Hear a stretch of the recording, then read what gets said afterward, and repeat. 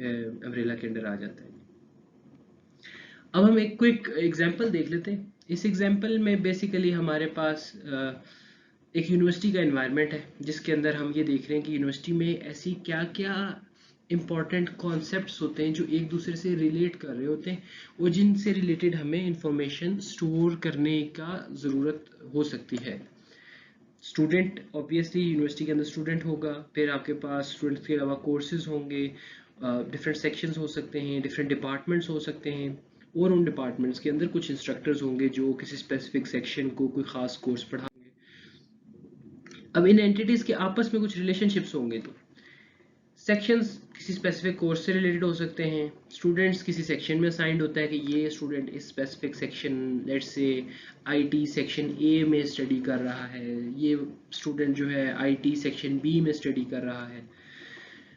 Courses के फिर again कुछ प्री रेक्विजिट कोर्सेज की पॉसिबिलिटी है। Sometimes there could be a course के जिसका कोई प्री रेक्विजिट ना हो, but there could also be courses के जिनके एक्चुअल में प्री रेक्विजिट्स हों। So you will want to ensure कि कोई एक स्पेसिफिक स्टूडेंट जो है वो अगर किसी कोर्स को एनरोल कर रहा है तो प्री रेक्विजिट्स पढ़ चुका हो, ताकि he can have a better understanding of that specific topic.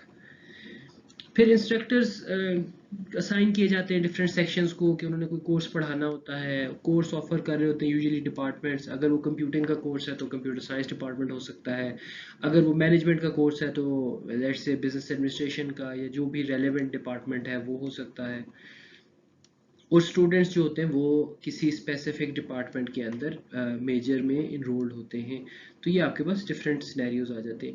इनको मॉडल कैसे किया जाता है और इनसे फिर इनको कन्वर्ट करके इनटू अ डेटाबेस का स्ट्रक्चर कैसे बनाया जाता है, that is something which we will cover later are in our course.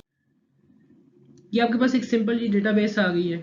ये बेसिकली मकसद सिर्फ ये है कि आपको आइडिया देना कि एक डेटाबेस के अंदर जो आपके पास डिफरेंट एंटिटीज थी उनसे रिलेटेड इंफॉर्मेशन को हम स्टोर करते हैं इनटू टेबुलर स्ट्रक्चर्स। तो टेबुलर स्ट्रक्चर्स के अंदर बेसिकली आपके पास रोज और कॉलम्स होते हैं। जो कॉलम्स हैं, एक तो पॉइंट ये है कि एक स्ट्रक्चर को आइडेंटिफाई करने के लिए उसका एक स्पेसिफिक नाम होगा। This name is going to be unique. हर स्ट्रक्चर का अपना एक यूनिक नाम होगा। It is not possible to have two structures with the same name। इसी तरह हर स्ट्रक्चर के अंदर कॉलम्स होंगे, इन कॉलम्स को फील्ड्स भी कहा जाता है, एट्रीब्यूट्स भी कहा जाता है। ठीक है, ये एट्रीब्यूट्स डिफाइन करते हैं कि हम ये जो आपके पास एक एंटिटी या कॉन्सेप्ट था इसके किन टॉपिक्स को या किन प्रॉपर्टीज को रिकॉर्ड करना चाह रहे हैं।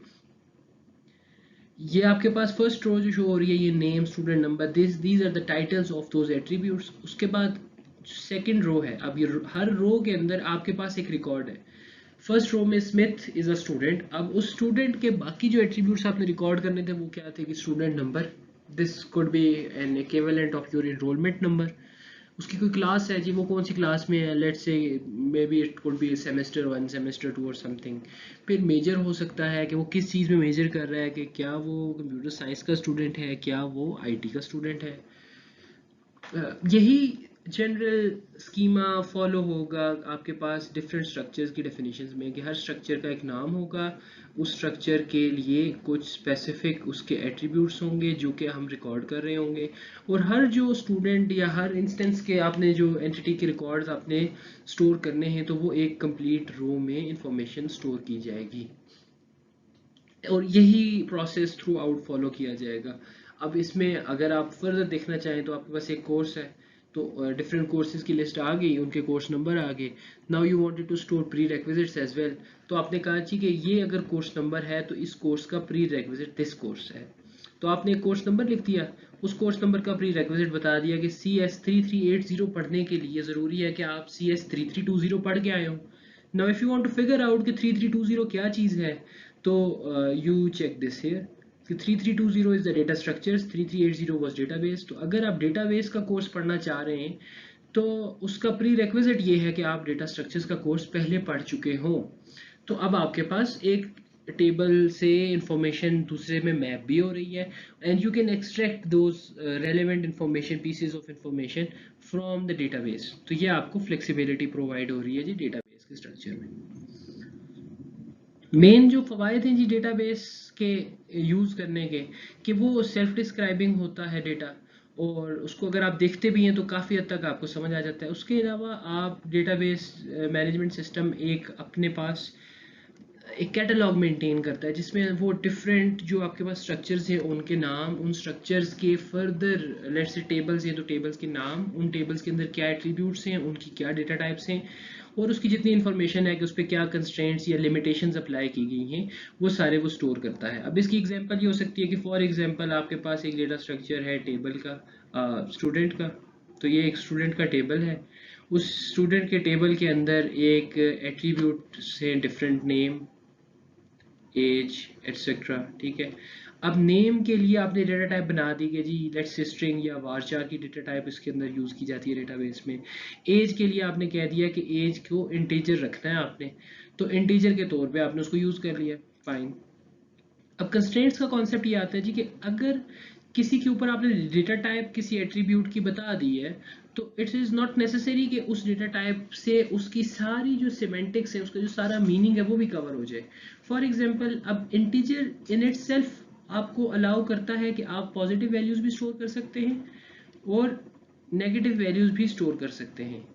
बट इन दिस केस आपकी जो सिमेंटिक्स हैं, जो आपकी लॉजिकल फॉर्मेशन है वो ये है कि as will always be positive and it cannot be -10 years or -20 years. तो you want to limit the options कि actually data type तो integer ही रहे लेकिन negative numbers या non zero numbers return less than zero numbers को इसके अंदर add ना किया जा सके। तो अब ये जो कॉन्सेप्ट है इसको अगर आप अप्लाई करना चाहें तो you can use the concept of constraints कि आप ये बताएंगे कि इस एट्रीब्यूट के अंदर कोई ख़ास values set of values allowed नहीं है या कोई ख़ास सेट ऑफ वैल्यूज़ अलाउड है। सिमिलरली अगर आप कहते हैं कि जी हम जेंडर स्टोर करना चाह रहे हैं, सो अब जेंडर के अंदर you may have a certain limited number of values जो आप स्टोर करना चाहें एज कम्पेयर कि आप उसको नॉर्मल स्ट्रिंग के तौर पे छोड़ दें और कोई बंदा वहाँ पे अपना नाम लिख रहा हो, कोई बंदा अपनी एजुकेशनल क्वालिफिकेशन लिख दे और रैंडम रॉ वैल्यूज़ डालना शुरू कर दे। So you may want to limit it to a certain number of values, जिसके लिए जब हम इंटरफेस पे अगर जाते हैं, कोई फ्रंट एंड जब आप लोग साइन अप कर रहे होते हैं तो यूजुअली वहाँ पे एक ड्रॉप डाउन मेन्यू बना हुआ आता है अगर आपने जेंडर सेलेक्ट करनी है और उसमें जो भी रेलिवेंट ऑप्शन है वो शो हो रही होती हैं और आप वहाँ से अपना जेंडर सेलेक्ट कर लेते हैं जी, ठीक है। तो ये एक आपके पास तरीका है कि फ्रंट एंड और बैक एंड को आपने किस तरह से अलाइन करना होता है यूजिंग कंस्ट्रेंट्स। तो ये जो डिस्क्रिप्शन हमारे पास स्टोर्ड होती है डेटाबेस मैनेजमेंट सिस्टम के अंदर अबाउट द स्ट्रक्चर, इसको हम कहते हैं जी मेटा डाटा। और मेटा डाटा फिर आपको अलाउ करता है कि डिफरेंट जो डेटाबेस की एप्लीकेशंस बनाई जाती हैं तो उस मेटा डाटा को यूज़ करते हुए डीबीएमएस अपनी परफॉर्मेंस को मेंटेन करता है और डिफरेंट फंक्शनैलिटीज़ प्रोवाइड करता है।